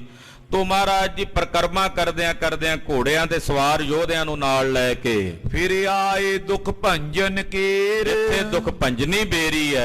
ਇੱਥੇ 6ਵੇਂ ਪਾਤਸ਼ਾਹ ਜੀ ਪਹੁੰਚੇ ਸੂਰਮਿਆਂ ਸਮੇਤ, ਸਿਪਾਹੀਆਂ ਸਮੇਤ। ਡੇਢ ਜਾਮ ਤਬ ਜਾਮਨ ਹੀਰ ਉਦੋਂ ਡੇਢ ਪੈਰ ਰਾਤ ਬਾਕੀ ਰਹਿੰਦੀ ਸੀ, ਅੰਮ੍ਰਿਤ ਵੇਲਾ ਹੋ ਚੁੱਕਾ ਸੀ। ਗੁਰੂ ਕਹਿਓ ਆਦੇ ਰੋ ਚਰੇ ਮਹਾਰਾਜ ਜੀ ਕਹਿੰਦੇ ਯੋਧਿਓ ਇਸ਼ਨਾਨ ਦਾ ਵੇਲਾ ਹੋ ਗਿਆ, ਇਸ ਕਰਕੇ ਅੱਧੇ ਘੋੜਿਆਂ ਤੇ ਚੜੇ ਰਹਿਣ ਤੇ ਅੱਧੇ ਇਸ਼ਨਾਨ ਕਰ ਲੈਣ। ਜਿਹੜੇ ਇਸ਼ਨਾਨ ਕਰਕੇ ਘੋੜਿਆਂ ਤੇ ਚੜ ਜਾਣ ਫਿਰ ਦੂਜੇ ਇਸ਼ਨਾਨ ਕਰ ਲੈਣ। ਏਦਾਂ ਵਾਰੋ ਵੇਰੀ ਇਸ਼ਨਾਨ ਕਰ ਲਓ। ਅਰਧ ਇਸ਼ਨਾਨ ਤਾਲ ਕੋ ਕਰੇ ਅੱਧੇ ਇਸ਼ਨਾਨ ਕਰ ਲਓ, ਅੱਧੇ ਘੋੜਿਆਂ ਤੇ ਚੜੇ ਰਹੋ। ਸੋ ਸਨਦ ਬਦ ਹੋਏ ਹਿਆ ਜਬ ਚਰੇ ਜਿਹੜੇ ਇਸ਼ਨਾਨ ਕਰਨ ਵਾਲੇ ਸ਼ਸਤਰਧਾਰੀ ਹੋ ਕੇ ਜਦੋਂ ਘੋੜਿਆਂ ਤੇ ਚੜ ਜਾਣ ਪੁਨ ਸੋ ਅਰਧ ਸੁਚੇਤਾ ਕਰੇ ਬਾਕੀ ਫਿਰ ਜਿਹੜੇ ਅੱਧੇ ਨੇ ਉਹ ਬਾਅਦ ਚ ਇਸ਼ਨਾਨ ਪਾਣੀ ਕਰ ਲੈਣ। ਇਮ ਕਹਿ ਆਪ ਕੀਨੇ ਇਸ਼ਨਾਨਾ ਏਦਾਂ ਕਹਿ ਕੇ ਪਹਿਲਾਂ 6ਵੇਂ ਪਾਤਸ਼ਾਹ ਨੇ ਇਸ਼ਨਾਨ ਕੀਤਾ। ਵਸਤਰ ਸ਼ਸਤਰ ਪੈਰੀ ਬਿਦਨਾਨਾ ਸੋਹਣੇ ਵਸਤਰ ਸ਼ਸਤਰ ਨਾਨਾ ਪ੍ਰਕਾਰ ਦੇ ਸਰੀਰ ਤੇ ਧਾਰਨ ਕੀਤੇ ਗੁਰੂ ਹਰਗੋਬਿੰਦ ਸਾਹਿਬ ਜੀ ਨੇ। ਫਿਰਤ ਪ੍ਰਦਚਨਾ ਚੱਲ ਕਰ ਆਏ ਸਰੋਵਰ ਦੀ ਪਰਕਰਮਾ ਕਰਦਿਆਂ ਕਰਦਿਆਂ ਮਹਾਰਾਜ ਸ੍ਰੀ ਦਰਬਾਰ ਸਾਹਿਬ ਵੱਲ ਆਏ। ਔਰ ਦਰਸ਼ਨੀ ਸੀਸ ਨਿਵਾਏ ਦਰਸ਼ਨੀ ਡਿਉੜੀ ਤੇ ਆ ਕੇ ਗੁਰੂ ਹਰਗੋਬਿੰਦ ਸਾਹਿਬ ਨੇ ਸੀਸ ਝੁਕਾਇਆ, ਮੱਥਾ ਟੇਕਿਆ। ਅੰਦਰ ਸ਼੍ਰੀ ਹਰਿਮੰਦਰ ਗਏ ਸੱਚਖੰਡ ਸ੍ਰੀ ਹਰਿਮੰਦਰ ਸਾਹਿਬ ਵੱਲ ਵਧੇ ਅੰਦਰ ਨੂੰ। ਦ્વੈ ਕਰ ਬੰਦ ਬੰਦ ਨਾ ਕੀਏ ਦਰਸ਼ਨੀ ਡਿਉੜੀ ਦੇ ਅੰਦਰ ਜਿਹੜਾ ਮੇਨ ਦਰਵਾਜ਼ਾ ਦਰਬਾਰ ਸਾਹਿਬ ਦਾ, ਫਿਰ ਉੱਥੇ ਆ ਕੇ ਮੱਥਾ ਟੇਕਿਆ 6ਵੇਂ ਪਾਤਸ਼ਾਹ ਨੇ। ਖਰੇ ਹੋਏ ਗੁਰ ਸਭਨੇ ਅਗਾਰੀ ਔਰ ਸਭ ਤੋਂ ਮੂਹਰੇ ਸਿੱਖਾਂ ਦੇ ਮਹਾਰਾਜ ਜੀ ਖੜੇ ਹਨ। ਬਿਨਤੀ ਲੈ ਕਰ ਨਾਮੇ ਉਚਾਰੀ ਔਰ ਗੁਰਦੇਵ ਜੀ ਅਰਦਾਸਾ ਕਰਨ ਲੱਗੇ, ਪਹਿਲਾ ਜੰਗ ਲੜਨਾ ਇਸ ਲਈ ਅਰਦਾਸਾ ਕਰਨ ਲੱਗੇ, ਗੁਰੂ ਦੀ ਟੇਕ ਲੈਣ ਲੱਗੇ, ਗੁਰੂ ਦਾ ਆਸਰਾ ਲੈਣ ਲੱਗੇ ਤੇ ਅਰਦਾਸ ਕਰਦੇ ਖੁਦ ਗੁਰੂ ਹਰਗੋਬਿੰਦ ਸਾਹਿਬ ਆਪ ਅਰਦਾਸਾ ਕਰ ਰਹੇ ਨੇ। ਛਪੈ ਸ਼੍ਰੀ ਗੁਰੂ ਨਾਨਕ ਜੋਤ ਹੋਤ ਨਿਤ ਸਿੱਖ ਸਹਾਇਕ ਸਭ ਤੋਂ ਪਹਿਲਾਂ ਸਭ ਤੋਂ ਵੱਡਿਆਂ ਸਤਿਗੁਰਾਂ ਦਾ ਨਾਮ ਲਿਆ ਤੇ ਸਭ ਤੋਂ ਵੱਡੇ ਸਤਿਗੁਰੂ ਨੇ ਧੰਨ ਸ੍ਰੀ ਗੁਰੂ ਨਾਨਕ ਦੇਵ ਸਾਹਿਬ ਸੱਚੇ ਪਾਤਸ਼ਾਹ। ਨਾਂ ਲੈ ਕੇ 6ਵੇਂ ਪਾਤਸ਼ਾਹ ਕਹਿੰਦੇ ਸ੍ਰੀ ਗੁਰੂ ਨਾਨਕ ਜੋਤ ਹੋਤ ਨਿਤ ਸਿੱਖ ਸਹਾਇਕ। ਸ੍ਰੀ ਗੁਰੂ ਨਾਨਕ ਸਾਹਿਬ ਹੇ ਅਕਾਲ ਪੁਰਖ ਦੀ ਜੋਤ, ਧੰਨ ਗੁਰੂ ਨਾਨਕ ਸਾਹਿਬ ਤੁਸੀਂ ਸਦਾ ਹੀ ਆਪਣੇ ਸਿੱਖਾਂ ਦੇ ਅੰਗ ਸੰਗ ਹੋ, ਤੁਸੀਂ ਸਦਾ ਹੀ ਆਪਣੇ ਸਿੱਖਾਂ ਦੀ ਸਹਾਇਤਾ ਕਰਨ ਵਾਲੇ ਹੋ।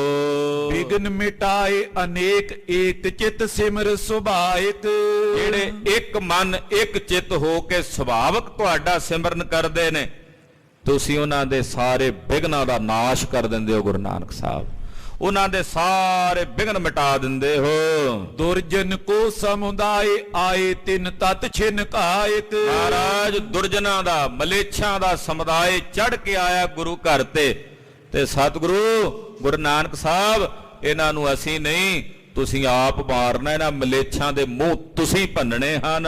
ਦੁਸ਼ਟ ਅਰਿਸ਼ਟ ਨਿਵਾਰ ਧਾਰ ਕਰ ਸਦਾ ਬਚਾਏ ਇਹਨਾਂ ਦੁਸ਼ਟਾਂ ਨੂੰ ਨਿਵਾਰ ਕੇ ਆਪ ਜੀ ਦਇਆ ਧਾਰ ਕੇ ਮਹਾਰਾਜ ਸਾਨੂੰ ਬਚਾਓ, ਸਾਡੀ ਰੱਖਿਆ ਕਰੋ। ਜਗ ਨਾਇਕ ਨਾਇਕ ਪ੍ਰਭੂ ਵਿਭੋ ਰੂਪਦਾਇਕ ਵਿਜੈ ਇਹ ਜਗਤ ਦੇ ਨਾਇਕ ਪ੍ਰਭੂ ਵਿਆਪਕ ਰੂਪ ਗੁਰੂ ਨਾਨਕ ਸਾਹਿਬ ਤੁਸੀਂ ਸਾਨੂੰ ਜਿੱਤ ਦੇਣ ਵਾਲੇ ਹੋ, ਵਿਜੈ ਦੇਣ ਵਾਲੇ ਹੋ।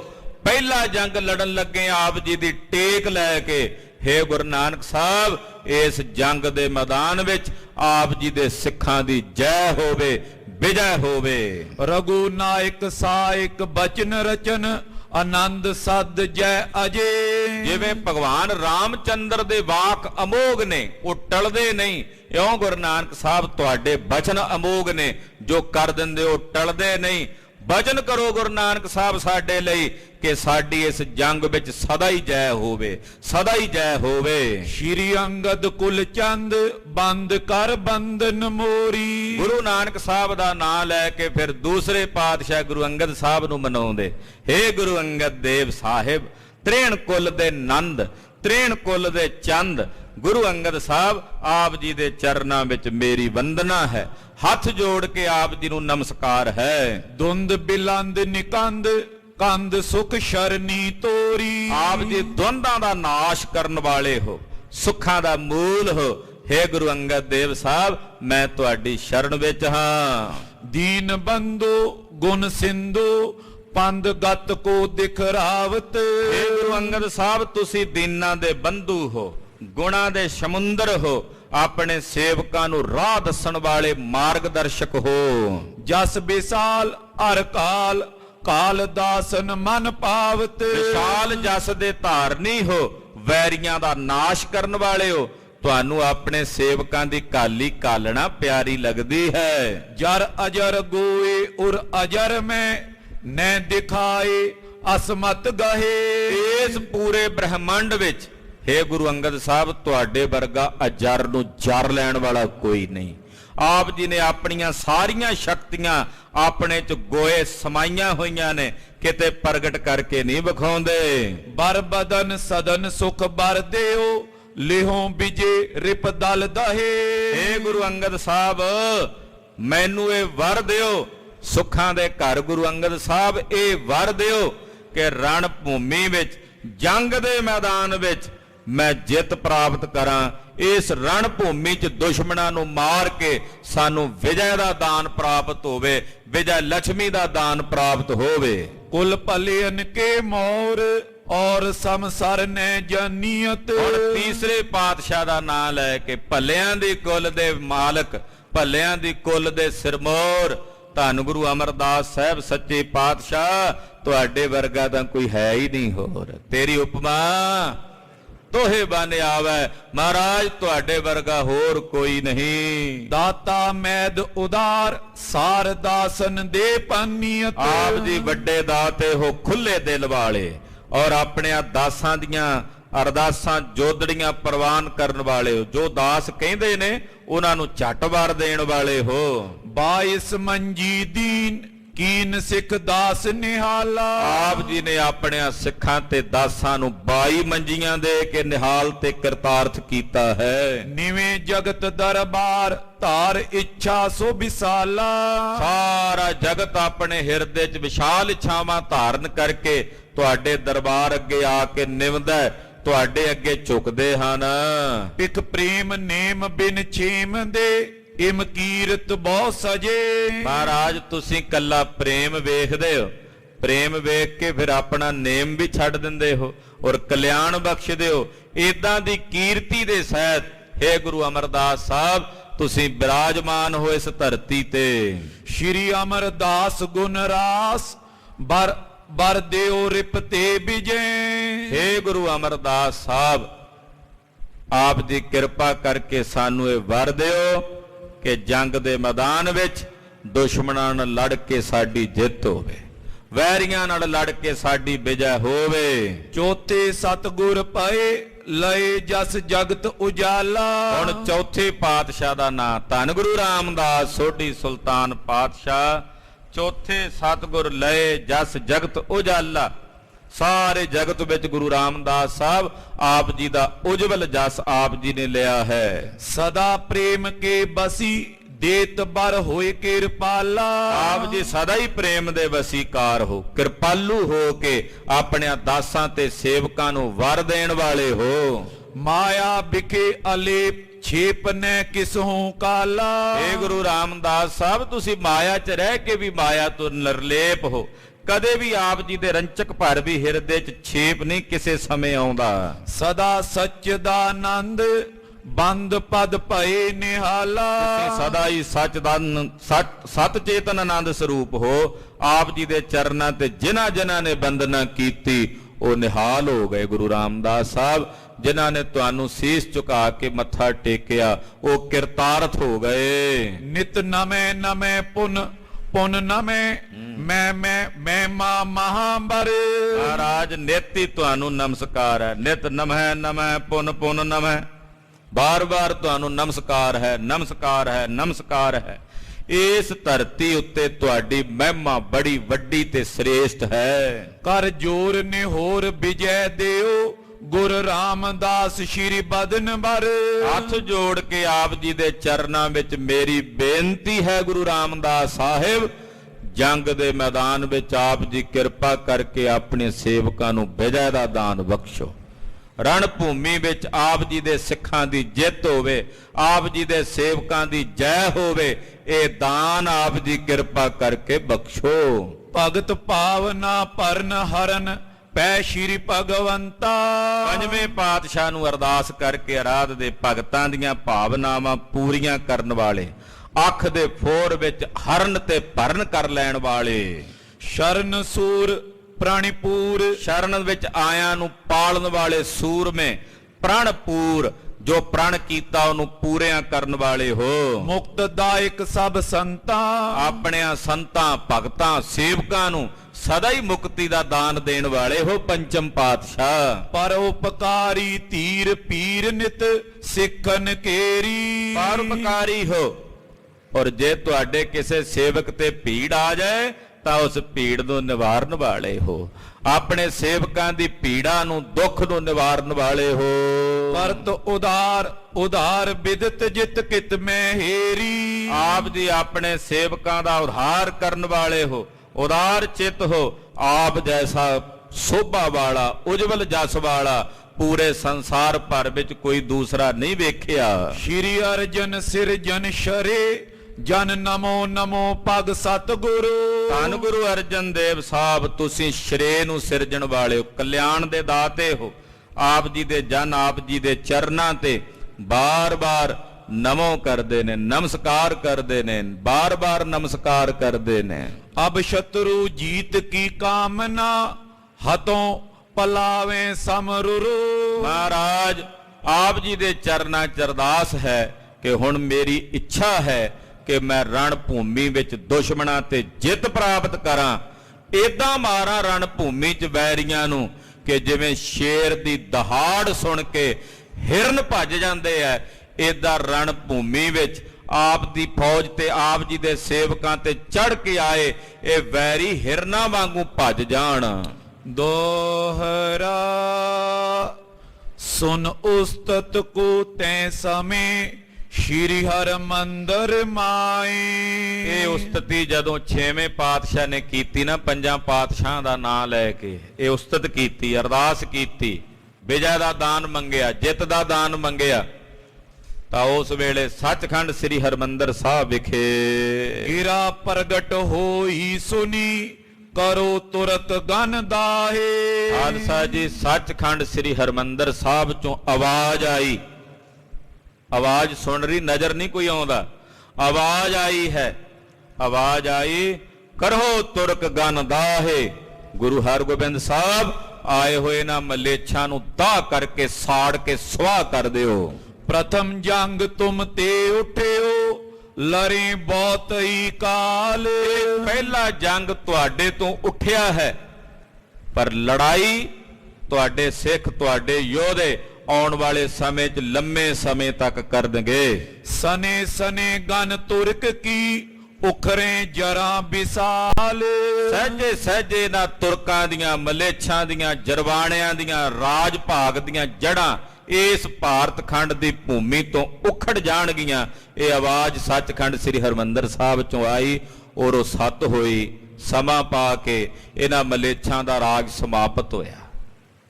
ਹਾਂਜੀ, ਲਹੋ ਵਿਜੇ ਰਿਪ ਬ੍ਰਿੰਦ ਤੇ ਨਿਰਪੈ ਹਤੋ ਹਥਿਆਰ।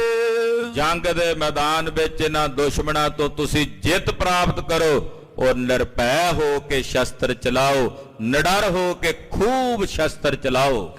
ਮਾਰ ਮਲੇਚਨ ਸੈਨ ਕੋ ਲੀਜੇ ਵਿਜੇ ਉਦਾਰ। ਸੱਚਖੰਡ ਸ੍ਰੀ ਹਰਿਮੰਦਰ ਸਾਹਿਬ ਚੋਂ ਆਵਾਜ਼ਾਂ ਆਇਆ ਕਿ ਆਪ ਦੀ ਰਣ ਭੂਮੀ ਚ ਨਾ ਮਲੇਛਾਂ ਨੂੰ ਮਾਰ ਕੇ ਜਿੱਤ ਪ੍ਰਾਪਤ ਕਰੋ। ਗੁਰੂ ਹਰਗੋਬਿੰਦ ਸਾਹਿਬ, ਤੁਹਾਡੀ ਹੀ ਵਿਜੈ ਹੋਵੇਗੀ, ਤੁਹਾਡੀ ਹੀ ਜਿੱਤ ਹੋਵੇਗੀ। ਵਿਜੈ ਲక్ష్ਮੀ ਆ ਕੇ ਤੁਹਾਡੇ ਹੀ ਚਰਨ ਸਪਰਸ਼ ਕਰੇਗੀ। ਸੁਨ ਸ਼੍ਰੀ ਹਰਗੋਬਿੰਦ ਜੀ ਨਮੋ ਕਰੀ ਕਰ ਜੋਰ। ਇਹ ਆਵਾਜ਼ ਗੁਰੂ ਹਰਗੋਬਿੰਦ ਸਾਹਿਬ ਨੇ ਸੁਣੀ, ਸੀਸ ਝੁਕਾ ਕੇ ਨਮਸਕਾਰ ਕੀਤੀ, ਮੱਥਾ ਟੇਕਿਆ। ਪਰਮ ਪ੍ਰੇਮ ਕਰ ਨਿਕਸੇ ਤਬੇ ਫਿਰੇ ਪ੍ਰਦਛਿਨਾ ਔਰ ਭਾਰੀ ਪਰਮ ਪ੍ਰੇਮ ਕਰਕੇ ਮਹਾਰਾਜ ਜੀ ਬਾਹਰ ਆਏ ਤੇ ਪ੍ਰਕਰਮਾ ਕੀਤੀ। ਚਤਰ ਪ੍ਰਕਰਮਾ ਕਰ ਫਿਰੇ ਕਰ ਬੰਧਨ ਦਰਬਾਰ। ਸੱਚਖੰਡ ਸ੍ਰੀ ਹਰਮੰਦਰ ਸਾਹਿਬ ਦੀਆਂ 4 ਪ੍ਰਕਰਮਾਂ ਮਹਾਰਾਜ ਜੀ ਨੇ ਕੀਤੀਆਂ। ਮੁੱਖ ਦਰਵਾਜ਼ੇ ਤੇ ਆਣ ਕੇ ਖਲੋ ਕੇ ਫਿਰ ਨਮਸਕਾਰ ਕੀਤੀ। ਪੌਰ ਦਰਸ਼ਨੀ ਆਏ ਕੈ ਸਿਰ ਤਰ ਨਵੇਂ ਉਦਾਰ। ਫਿਰ ਦਰਸ਼ਨੀ ਡਿਉੜੀ ਤੇ ਆ ਗਏ ਅਕਾਲ ਤਖਤ ਸਾਹਿਬ ਵੱਲ। ਫਿਰ ਡਿਉੜੀ ਤੇ ਆ ਕੇ ਸੀਸ ਝੁਕਾ ਕੇ ਮੱਥਾ ਟੇਕਿਆ। ਕਰਿਓ ਹਕਾਰਨ ਹਿਆ ਬਲੀ ਆਇਓ ਤੈਂ ਤਤਕਾਲ। ਇੱਥੇ ਮਹਾਰਾਜ ਜੀ ਨੇ ਆਪਣਾ ਬਲੀ ਤੇ ਬਲਵਾਨ ਘੋੜਾ ਮੰਗਾਇਆ। ਤਤਕਾਲ ਪਲਾਕੀ ਮਾਰ ਕੇ ਛਾਲ ਮਾਰ ਕੇ ਘੋੜੇ ਤੇ ਸਵਾਰ ਹੋਏ। ਆਰੋਹਨ ਸਤਿਗੁਰ ਪਾਏ ਤਨੁਖ ਕਠੋਰ ਸੰਭਾਲ। ਘੋੜੇ ਤੇ ਸਵਾਰ ਹੋਏ। ਕਠੋਰ ਧਨਖ ਜੋ 9 ਟੰਕਾ ਧਨਖ ਸੀ ਉਹ ਧਨਖ ਮਹਾਰਾਜ ਜੀ ਨੇ ਮੋਢੇ ਤੇ ਧਾਰਨ ਕੀਤਾ ਹੋਇਆ। ਚੰਚਲ ਬਲੀ ਤੁਰੰਗ ਬਹੁ ਕੀਮਤ ਜਿਸ ਕੀ ਲੱਖ। ਕਹਿੰਦੇ ਜਿਹੜੇ ਚੰਚਲ ਤੇ ਬਲੀ ਘੋੜੇ ਤੇ ਸਤਿਗੁਰੂ ਸਵਾਰ ਨੇ 1 ਲੱਖ ਰੁਪਏ ਦੀ ਲਾਗਤ ਦਾ ਘੋੜਾ ਹੈ, ਬੜਾ ਕੀਮਤੀ। 1 ਲੱਖ ਰੁਪਈਆ ਜਿਹਦੀ ਉਸ ਵੇਲੇ ਕੀਮਤ ਹੋਵੇਗੀ, ਉਹ ਘੋੜਾ ਕਿਤਨਾ ਬਲਵਾਨ। ਉਹਦੇ ਤੇ ਮਹਾਰਾਜ ਜੀ ਸਵਾਰ ਹੋਏ। ਗੁਰਮਨ ਸੋ ਲੈ ਲੀਨ ਹੋਏ ਚਲਤ ਜਥਾ ਅਬਿਲਾਕ। ਕਹਿੰਦੇ ਉਹ ਘੋੜਾ ਵੀ ਇਹੋ ਜਿਹਾ ਪ੍ਰਤਾਪੀ ਹੈ ਕਿ ਸਤਿਗੁਰਾਂ ਦੇ ਮਨ ਨਾਲ ਮਿਲ ਕੇ ਚੱਲਦਾ ਹੈ। ਸਤਿਗੁਰਾਂ ਨੂੰ ਇਹ ਨਹੀਂ ਕਹਿਣਾ ਪੈਂਦਾ ਸੱਜੇ ਮੁੜ ਖੱਬੇ ਮੁੜ ਇਸ਼ਾਰਾ, ਮਨ ਕਰਕੇ ਪ੍ਰੇਰੀ ਜਾਂਦੇ। ਸਤਿਗੁਰਾਂ ਦੇ ਮਨ ਨਾਲ ਹੀ ਲੈ ਹੋ ਕੇ ਘੋੜਾ ਇੱਕਮਿਕ ਹੋ ਕੇ ਚੱਲਦਾ ਹੈ। ਗੋਲ ਚਮੂ ਕੋ ਸੰਗ ਲੈ ਹੋਏ ਗੁਰੂ ਸਾਵਧਾਨ। ਫੌਜ ਨੂੰ ਆਪਣੇ ਨਾਲ ਲੈ ਕੇ 6ਵੇਂ ਪਾਤਸ਼ਾਹ ਸਾਵਧਾਨ ਹੋਏ। ਚਾਹਤ ਭੇ ਸੰਗਰਾਮ ਕੋ ਗਏ ਰਾਮ ਸਰਥਾਨ। ਰਣ ਭੂਮੀ 'ਚ ਲੜਨਾ ਚਾਹੁੰਦੇ ਆ, ਪਰ ਪਹਿਲਾਂ ਸਤਿਗੁਰੂ ਰਾਮਸਰ ਸਾਹਿਬ ਵਾਲੇ ਸਥਾਨ ਤੇ ਆਏ ਨੇ। ਕਰੀ ਸੰਭਾਰ ਪਰਿਵਾਰ ਕੀ ਸ਼੍ਰੀ ਸਤਿਗੁਰ ਤਿਸ ਕਾਲ। ਜਾ ਕੇ ਆਪਣੇ ਪਰਿਵਾਰ ਦੀ ਸੰਭਾਲ ਕੀਤੀ। ਸਭ ਨੂੰ ਕਿਸੇ ਟਿਕਾਣੇ ਪਹੁੰਚਾਣਾ ਸੀ, ਭੇਜਣਾ ਸੀ, ਇਸ ਕਰਕੇ ਪਰਿਵਾਰ ਕੋਲ ਪੁੱਜੇ ਹਨ। ਇੱਕ ਵੀਰੋ ਕੀ ਸੁਧ ਨਹੀਂ ਔਰ ਸਕਲੇ ਨਾਲ। ਜਦੋਂ ਪਰਿਵਾਰ ਦੇ ਸਾਰੇ ਜੀਆਂ ਨੂੰ ਆ ਕੇ ਕੱਲੇ ਕੱਲੇ ਨੂੰ ਮਹਾਰਾਜ ਜੀ ਨੇ ਵੇਖਿਆ ਵੀ ਸਾਰੇ ਆ ਗਏ ਨੇ, ਸਾਹਿਬਜ਼ਾਦੇ ਆ ਗਏ ਨੇ, ਮਹਿਲਾ ਆ ਗਏ ਨੇ, ਦਾਸੀਆਂ ਦਾਸ ਆ ਗਏ ਨੇ, ਸਭ ਆ ਗਏ। ਪਰ ਹੈਰਾਨੀ ਹੋਈ ਜਦੋਂ ਪਾਤਸ਼ਾਹ ਨੇ ਵੇਖਿਆ ਵੀ ਕੇਵਲ ਬੀਬੀ ਵੀਰੋ ਜੀ ਨਹੀਂ ਆਏ, ਸਭ ਆ ਗਏ ਨੇ, ਵੀਰੋ ਜੀ ਨਹੀਂ ਆਏ ਵਿੱਚ, ਉਹ ਕਿਤੇ ਨਜ਼ਰ ਨਹੀਂ ਆਏ। ਗੁੱਡੀਆ ਰਹੀ ਸੰਭਾਲਤੀ ਬੀਬੀ ਬੀਚ ਅਗਾਰ। ਬੀਬੀ ਵੀਰੋ ਜੀ ਤਕਰੀਬਨ 7-8 ਸਾਲ ਦੀ ਉਮਰ ਸੀ ਉਸ ਵੇਲੇ, ਤੇ ਉਹ ਗੁੱਡੀਆਂ ਪਟੋਲਿਆਂ ਨਾਲ ਜਿਵੇਂ ਬੱਚੀਆਂ ਦਾ ਪ੍ਰੇਮ ਹੁੰਦਾ, ਉਹ ਘਰ ਦੇ ਵਿੱਚ ਜਦੋਂ ਜਾਣਾ ਸੀ ਨਾ, ਵੀ ਜਾਣ ਲੱਗੇ ਤਾਂ ਕਹਿੰਦੇ ਮੈਂ ਆਪਣੀਆਂ ਗੁੱਡੀਆਂ ਲੈ ਆਵਾਂ। ਤੋ ਬੀਬੀ ਵੀਰੋ ਜੀ ਜਿਹੜੀਆਂ ਗੁੱਡੀਆਂ ਸਨ ਉਹ ਇਕੱਠੀਆਂ ਕਰਨ ਲੱਗ ਪਏ। ਉਧਰ ਧਿਆਨ ਲੱਗ ਗਿਆ, ਬਾਕੀ ਪਰਿਵਾਰ ਜਿਹੜਾ ਸੀ ਸਾਰਾ ਰਥਾਂ ਤੇ ਬਹਿ ਕੇ ਨਿਕਲ ਗਿਆ। ਰਾਖਤ ਪ੍ਰਾਨਨ ਜਿਉ ਜਿਨੇ ਐਸੋ ਕਰਿਓ ਵਿਚਾਰ। ਹੁਣ ਬੀਬੀ ਵੀਰੋ ਨੂੰ ਜਿਹੜੀਆਂ ਆਪਣੀਆਂ ਉਹ ਗੁੱਡੀਆਂ ਤੇ ਪਟੋਲੇ ਸੀ ਉਹ ਜਾਨ ਤੋਂ ਵੱਧ ਪਿਆਰੇ ਹੁੰਦੇ ਲੜਕੀਆਂ ਨੂੰ। ਅੱਜ ਕੱਲ ਤਾਂ ਚਲੋ ਉਦਾਂ ਦੀਆਂ ਖੇਡਾਂ, ਹੁਣ ਤਾਂ ਮੋਬਾਈਲ ਹੀ ਸਭ ਕੁਝ ਹੋ ਗਿਆ। ਪੁਰਾਣੇ ਸਮਿਆਂ 'ਚ ਧੀਆਂ ਰਾਣੀਆਂ ਨਿੱਕੀਆਂ ਨਿੱਕੀਆਂ ਹੁੰਦੀਆਂ, ਛੋਟੀਆਂ ਛੋਟੀਆਂ ਗੁੱਡੀਆਂ ਮਾਵਾਂ ਨੇ ਬਣਾ ਦੇਣੀਆਂ, ਪਟੋਲੇ ਜੇ ਉਹਨਾਂ ਨਾਲ ਸੂਈ ਧਾਗਾ ਲੈ ਕੇ ਖੇਡੀ ਜਾਣਾ। ਤੋ ਬੀਬੀ ਜੀ ਨੂੰ ਉਹ ਬੜੀਆਂ ਪਿਆਰੀਆਂ ਸਨ ਜਾਨ ਤੋਂ ਵੀ ਵੱਧ। ਉਹ ਉਧਰ ਧਿਆਨ ਲੱਗ ਗਿਆ ਤੇ ਇਹ ਭੁੱਲ ਹੀ ਗਏ ਵੀ ਇੱਧਰ ਜੰਗ ਛਿੜਿਆ ਹੋਇਆ। 8 ਸਾਲ ਦੀ ਉਮਰ ਸੀ। ਹਾਂਜੀ। ਮਾਤਾ ਸਮਝਿਓ ਹੋਏਗੀ ਦੂਸਰ ਮਾਤਾ ਸੰਗ। ਮਾਤਾ ਦਮੋਦਰੀ ਜੀ ਨੇ ਸਮਝਿਆ ਵੀ ਸ਼ਾਇਦ ਆਪਣੀ ਦੂਜੀ ਮਾਂ ਨਾਲ ਹੋਣੀ ਆ, ਮਰਵਾਈ ਜੀ ਨਾਲ, ਜਾਂ ਮਾਤਾ ਨਾਨਕੀ ਜੀ ਨਾਲ ਚੜ ਗਈ ਹੋਵੇਗੀ। ਉਹਨਾਂ ਨੇ ਇਹ ਸੋਚਿਆ ਜਾਂ ਤੇ ਭੂਲੀ ਸਦਨ ਮੈਂ ਲਿਆਵੇ ਕੌਣ ਨਿਸੰਗ। ਮਾਤਾ ਨਾਨਕੀ ਤੇ ਮਰਵਾਈ ਨੇ ਸੋਚਿਆ ਮਾਤਾ ਜੀ ਨੇ ਵੀ ਉਹ ਮਾਤਾ ਦਮੋਦਰੀ ਜੀ ਨਾਲ ਹੋਣਗੇ। ਇੱਕ ਦੂਜੇ ਦੇ ਭੁਲੇਖੇ 'ਚ ਹੀ ਰਹਿ ਗਏ। ਇਸ ਭੁਲੇਖੇ 'ਚ ਵੀਰੋ ਉੱਥੇ ਰਹਿ ਗਏ। ਹੁਣ ਕੌਣ ਲਿਆਵੇ ਉਸ ਕਿਉਂਕਿ ਦੁਸ਼ਮਣ ਵੀ ਉਧਰ ਤਕਰੀਬਨ ਨੇੜੇ ਗੁਰੂ ਕੇ ਮਹਿਲਾਂ ਦੇ ਆ ਚੁੱਕਾ ਸੀ। ਸਿੰਘੇ ਪ੍ਰੋਹਤ ਕੋ ਕਿਓ ਬਾਬਕ ਸੰਗ ਸਿਧਾਰ। 6ਵੇਂ ਪਾਤਸ਼ਾਹ ਨੇ ਫਿਰ ਡਿਊਟੀ ਲਾਈ 2 ਸਿੱਖਾਂ ਦੀ। ਇੱਕ ਸਨ ਭਾਈ ਸਿੰਘਾ ਪ੍ਰੋਹਤ ਜੀ। ਪ੍ਰੋਹਤ ਸੀ, ਬ੍ਰਾਹਮਣ ਸੀ, ਪਰ ਮੇਰੇ ਪਾਤਸ਼ਾਹ ਨੇ ਬ੍ਰਾਹਮਣਾਂ ਨੂੰ ਵੀ ਤਲਵਾਰਾਂ ਪਕੜ ਕੇ ਛਤਰੀ ਬਣਾ ਦਿੱਤਾ ਰਣ ਭੂਮੀ 'ਚ ਲੜਨ ਵਾਸਤੇ। ਭਾਈ ਬਾਬਕ ਇਹ ਕੀਰਤਨੀਏ ਸੀ ਗੁਰੂ ਸਾਹਿਬ ਦੇ ਦਰਬਾਰ 'ਚ, ਜਿਹੜੇ ਰਬਾਬ ਵਜਾਉਂਦੇ ਸੀ, ਤਾਊਸ ਵਜਾਉਂਦੇ ਸੀ। ਤੇ ਅੱਜ ਹੱਥ 'ਚ ਬੰਦੂਕ ਪਕੜੀ ਤੇ ਤਲਵਾਰ ਪਕੜ ਕੇ ਰਣ ਭੂਮੀ 'ਚ ਲੜਨ ਨੂੰ ਤਿਆਰ ਖੜੇ ਨੇ। ਆਪਣੇ ਰਾਗੀਆਂ ਨੂੰ ਵੀ ਰਣ ਭੂਮੀ 'ਚ ਛੱਤੀ ਬਣਾ ਕੇ ਲੜਨ ਲਾ ਦਿੱਤਾ। ਇਹ 6ਵੇਂ ਪਾਤਸ਼ਾਹ ਗੁਰੂ ਹਰਗੋਬਿੰਦ ਸਾਹਿਬ ਦਾ ਪ੍ਰਤਾਪ ਵਰਤ ਰਿਹਾ ਹੈ। ਭਾਈ ਬਾਬਕ ਜੀ ਔਰ ਭਾਈ ਸਿੰਘੇ ਪ੍ਰੋਤ ਨੂੰ ਹੁਕਮ ਲਾਇਆ, ਆਨੋ ਬੀਬੀ ਕੋ ਇਆਂ ਸਫਲ ਹੈ ਜਨਮ ਤੁਹਾਰੇ। ਕਹਿੰਦੇ ਜਾਓ ਤੁਸੀਂ ਦੋਵੇਂ ਯੋਧੇ ਮਹਿਲਾਂ 'ਚ ਤੇ ਵੀਰੋ ਨੂੰ ਲੈ ਕੇ ਆਓ, ਤੁਹਾਡਾ ਜਨਮ ਸਫਲ ਹੋਵੇਗਾ, ਤੁਹਾਡੀ ਜ਼ਿੰਦਗੀ ਸਫਲ ਹੋਵੇਗੀ, ਤੁਹਾਡੀ ਇਹ ਘਾਲਣਾ ਸਫਲ ਹੋਵੇਗੀ। ਸ਼੍ਰੀ ਗੁਰ ਆਗੇ ਤੇ ਚਲੇ ਹੱਥ ਬੰਦੂਕਨ ਧਾਰ। ਭਾਈ ਸਿੰਘਾ ਪ੍ਰੋਤ ਤੇ ਭਾਈ ਬਾਬਕ ਜੀ ਦੋਨਾਂ ਨੇ ਹੱਥਾਂ 'ਚ ਬੰਦੂਕਾਂ ਪਕੜੀਆਂ, ਤਿਆਰ ਬਰ ਤਿਆਰ ਹੋ ਕੇ ਗੁਰੂ ਆਗਿਆ ਲੈ ਕੇ ਚੱਲ ਪਏ। ਸ਼੍ਰੀ ਨਾਨਕ ਸਿਮਰਤ ਹਿਰਦੈ ਕਾਰਜ ਲਿਆਵੇ ਸਾਰ। ਗੁਰੂ ਨਾਨਕ ਸਾਹਿਬ ਦਾ ਸਿਮਰਨ ਕਰਕੇ ਚੱਲੇ। ਮਹਾਰਾਜ ਤੁਹਾਡਾ ਕਾਰਜ ਤੁਸੀਂ ਆਪ ਹੀ ਰਾਸ ਕਰਨਾ ਹੈ, ਇਹ ਕਾਰਜ ਤੁਹਾਡਾ ਤੁਸੀਂ ਆਪ ਹੀ ਕਰਾਉਣਾ ਹੈ। ਦਈ ਨਿਸ਼ਾਨੀ ਸਿਮਰਨੀ ਕਯੋ ਜੇ ਹੋਏ ਪਟ ਭੇਰ। ਰਣ ਭੂਮੀ 'ਚ ਲੜਾਈ ਚੱਲ ਰਹੀ ਹੈ, ਪਰ ਸੁਰਤਾ ਬਿਰਤਾ ਸਭ ਦਾ ਇੱਕ ਇੱਕ ਪ੍ਰਕਾਰ ਨਾਲ ਤਿਆਰ ਬਰ ਤਿਆਰ, ਵਿਉਂਤਬੰਦੀਆਂ ਸਭ ਦੀਆਂ। ਮਹਾਰਾਜ ਜੀ ਕਹਿੰਦੇ ਚੱਲੇ ਤਾਂ ਹੋ, ਪਰ ਵੀਰੋ ਨੇ ਆਉਣਾ ਨਹੀਂ ਤੁਹਾਡੇ ਨਾਲ। ਉਹਦੇ ਵਾਸਤੇ ਇੱਕ ਕੰਮ ਕਰੋ, ਆਪਣੇ ਹੱਥ ਦਾ ਇੱਕ ਸਿਮਰਨਾ ਜਿਹੜਾ ਵੀਰੋ ਜੀ ਨੇ ਆਪਣੇ ਪਿਤਾ ਜੀ ਦੇ ਹੱਥ 'ਚ ਵੇਖਿਆ ਸੀ ਉਹ ਲਾ ਕੇ ਦਿੱਤਾ।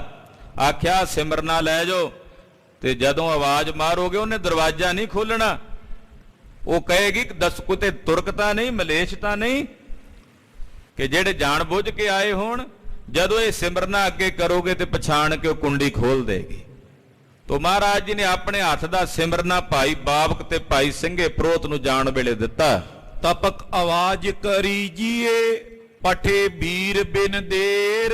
ਮਹਾਰਾਜ ਜੀ ਕਹਿੰਦੇ ਜਦੋਂ ਉੱਥੋਂ ਲੈ ਕੇ ਨਿਕਲੋਗੇ ਨਾ, ਜੇ ਘੇਰਾ ਪੈ ਜਾਏ ਤੇ ਬੰਦੂਕ ਦੀ ਗੋਲੀ ਚਲਾ ਦਿਓ। ਉਸ ਆਵਾਜ਼ ਨੂੰ ਸੁਣਦਿਆਂ ਸਾਡੀ ਬਾਕੀ ਫੌਜ ਤਿਆਰ ਬਰ ਤਿਆਰ ਰਹੇਗੀ, ਪਹੁੰਚ ਜਾਏਗੀ ਤੁਹਾਡੀ ਮਦਦ ਨੂੰ। ਘਿਰਬੇ ਤੇ ਚੌਕਸ ਰਹੋ ਦਾਵ ਘਾਵ ਕਰ ਜਾਏ। ਮਹਾਰਾਜ ਜੀ ਕਹਿੰਦੇ ਘੇਰੇ ਵਿੱਚ ਨਾ ਆਇਓ, ਚੌਕਸ ਰਹੋ, ਦਾਵ ਘਾਵ ਕਰਕੇ ਘੇਰੇ 'ਚ ਨਾ ਫਸਿਓ। ਵੀਰ ਸਹਾਇਕ ਸਭ ਖਰੇ ਸੁਨਤ ਸ਼ੀਗਰਤਾ ਆਏ। ਇਹ ਸਾਡੇ ਸਾਰੇ ਯੋਧੇ ਇੱਥੇ ਤਿਆਰ ਬਰ ਤਿਆਰ ਖੜੇ ਰਹਿਣਗੇ, ਤੁਸੀਂ ਗੋਲੀ ਚਲਾ ਦਿਓ, ਆਵਾਜ਼ ਸੁਣਦੇ ਹੀ ਪਹੁੰਚ ਜਾਣਗੇ। ਦੋਨੋਂ ਜੋਧਾ ਧੀਰ ਤਰ ਗਏ ਤੁਰੰਗ ਤਵਾਏ। ਭਾਈ ਬਾਬਕ ਜੀ ਔਰ ਭਾਈ ਸਿੰਘਾ ਪ੍ਰੋਤ ਜੀ ਨੇ ਘੋੜਾ ਤੇਜ਼ ਕੀਤਾ ਤੇ ਗੁਰੂ ਕੇ ਮਹਿਲਾਂ ਵੱਲ ਗਏ ਰਾਮਸਰ ਤੀਰਥ ਤੋਂ। ਸਤਿਗੁਰ ਕਰਤ ਪ੍ਰਤੀਕ ਨਾ ਖਰੇ ਭਏ ਤਿਸ ਥਾਏ। ਸਤਿਗੁਰੂ ਸੱਚੇ ਪਾਤਸ਼ਾਹ ਰਾਮਸਰ ਸਾਹਿਬ ਵਾਲੀ ਜਗ੍ਹਾ ਤੇ ਉਡੀਕਣ ਲੱਗੇ ਸੂਰਮਿਆਂ ਸਮੇਤ।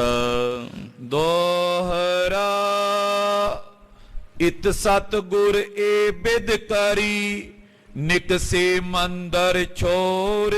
ਇਧਰ ਇਉਂ ਸਤਿਗੁਰੂ ਜੀ ਨੇ ਤਿਆਰੀ ਕੀਤੀ, ਮਹਿਲਾਂ ਚੋਂ ਮਹਾਰਾਜ ਜੀ ਪਰਿਵਾਰ ਨੂੰ ਸਾਰੇ ਨੂੰ ਲਿਆ ਕੇ ਰਾਮਸਰ ਤੀਰਥ ਤੇ ਪਹੁੰਚ ਗਏ। ਉਤ ਲਸ਼ਕਰ ਸਭ ਝੁਕ ਪਰਿਓ ਜੰਗ ਲੋਹ ਗੜ ਘੋਰ।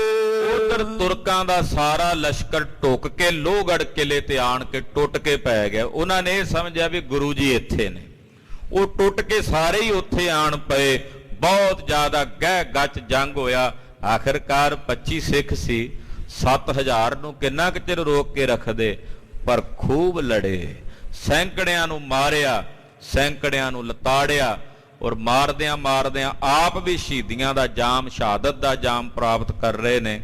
ਬੀਬੀ ਵੀਰੋ ਜੀ ਨੂੰ ਲੈ ਕੇ ਜਿਵੇਂ ਸਤਿਗੁਰਾਂ ਪਾਸ ਭਾਈ ਬਾਬਕ ਜੀ, ਭਾਈ ਸਿੰਘਾ ਪ੍ਰੋਤ ਜੀ ਪਹੁੰਚ ਰਹੇ ਨੇ, ਉਹ ਕਥਾ ਆਪ ਜੀ ਅਗਲਿਆਂ ਪ੍ਰਸੰਗਾਂ 'ਚ ਸਰਵਣ ਕਰੋਗੇ। ਗੁਰੂ ਪਾਤਸ਼ਾਹ ਦਾ ਪਾਵਨ ਪਵਿੱਤਰ ਇਤਿਹਾਸ ਕਥਨ ਕਰਦਿਆਂ ਹੋਈਆਂ ਭੁੱਲਾਂ ਚੁੱਕਾਂ ਦੀ ਖਿਮਾ ਇੱਕ ਵਾਰ ਫੇਰ ਸਾਰੀਆਂ ਸੰਗਤਾਂ ਨੂੰ ਖਾਲਸੇ ਪੰਥ ਦੇ ਪੂਜਨੀਕ ਮਾਤਾ, ਜਗਤ ਮਾਤਾ, ਮਾਤਾ ਸਾਹਿਬ ਦੇਵਾਂ ਜੀ ਦੇ ਪਵਿੱਤਰ ਜਨਮ ਦਿਹਾੜੇ ਦੀਆਂ ਲੱਖ ਲੱਖ ਵਧਾਈਆਂ ਹੋਵਣ। ਪੂਤਾ ਮਾਤਾ ਕੀ ਆਸੀਸ, ਪੂਤਾ ਮਾਤਾ ਕੀ ਆਸੀਸ, ਪੂਤਾ ਮਾਤਾ ਕੀ ਆਸੀਸ, ਪੂਤਾ ਮਾਤਾ ਕੀ ਆਸੀਸ, ਪੂਤਾ ਮਾਤਾ ਕੀ ਆਸੀਸ, ਪੂਤਾ ਮਾਤਾ ਕੀ ਆਸੀਸ, ਪੂਤਾ ਮਾਤਾ ਕੀ ਆਸੀਸ, ਪੂਤਾ ਮਾਤਾ ਕੀ ਆਸੀਸ।